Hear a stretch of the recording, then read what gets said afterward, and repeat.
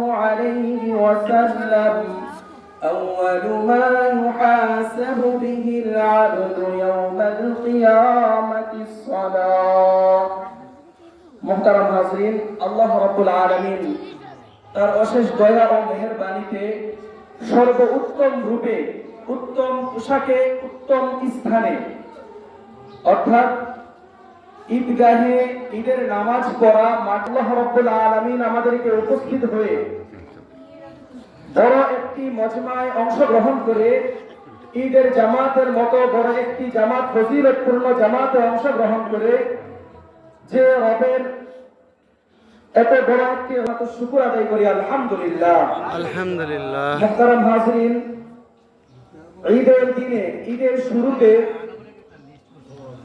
আল্লাহ রাব্বুল আলামিন আমাদেরকে কিছু নীতি মালা তৈরি করে দিয়েছেন। যদি এইগুলোর উপর আমাদেরকে যথাযথ পুরস্কার দান করবেন।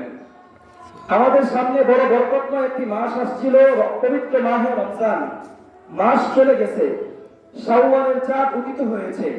তারপর থেকে ঈদের আনন্দ আমাদের দিলের মাঝে মাথার মাঝে চলতে শুরু করেছে। একের পর এক বাচ্চারা মাঠে ঘাটে দৌড়াদৌড়ি করতেছে, হাসি ঠাট্টা আনন্দ ফুর্তি করতেছে। আমাদের দিলের মাঝেও একটা আনন্দ রয়ে গেছে। আনন্দটা হলো কি, যে আগামীকালকে ঈদের জামাতটা আমরা মাঠে একসাথে সবাই কমিটি বৃন্দ মাঠের মাঝে এত সুন্দর একটি বিশাল ঐক্যবদ্ধ আয়োজন করার জন্য আল্লাহ রাব্বুল আলামিনের কাছে আমরা সকলেই শুকরিয়া আদায় করি আলহামদুলিল্লাহ। যে প্রত্যেকের মসজিদে আমরা কি করব, ভিন্ন ভিন্ন রূপে আমল করব, কিন্তু যখন ঈদের দিন চলে আসবে তখন আমরা এই মসজিদে ছেড়ে দিয়ে ঈদগাহে আমরা ঈদের নামাজ আদায় করব। আল্লাহর রাসূল তারপরে আল্লাহর হাবিব মুহাম্মদুর রাসূলুল্লাহ সাল্লাল্লাহু আলাইহি ওয়াসাল্লাম সাহাবায়ে কেরামদেরকে নিয়ে এক রওয়ায়াতের মাঝে আসছে, মসজিদে নববী থেকে মেপে 500 গজ দূরে যেয়ে তারপর সাহাবায়ে কেরামদেরকে নিয়ে খালি মাঠে ঈদের জামাত আদায় করেছেন। সুবহানাল্লাহ। আরেক জায়গায় আসছে যে যদিও মদিনা মুনাওয়ারার ভিতরেই তুমি থাকো না কেন, মসজিদে নববীর ভিতরেই তুমি থাকো না কেন, তারপরে ঈদের জামাত তোমাকে পালন করতে হলে খোলা ময়দানেই আসতে হবে। অন্য কোথাও কি নাই, গ্রহণযোগ্যতা নাই। অন্য কোথাও বিনা উজুরে বিনা শর্তে কোনো ধরনের কোনো প্রয়োজন ছাড়া মসজিদে বা অন্যান্য জায়গায় খোলা মাঠ ছাড়া ঈদের জামাত আদায় করা সঠিক শুদ্ধ নয়।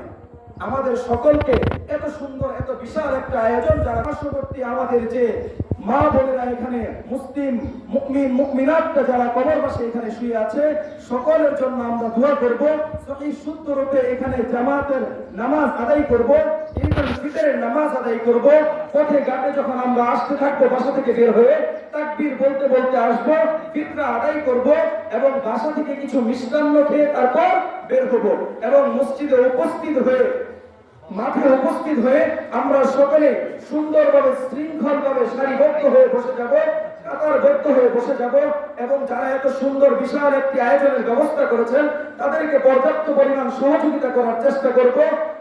নামাজের পরে খুতবা আদায় করব। যথাসম্ভব নিয়মতান্ত্রিক যে কাজগুলো থাকে প্রত্যেকটা কাজ শেষ করব।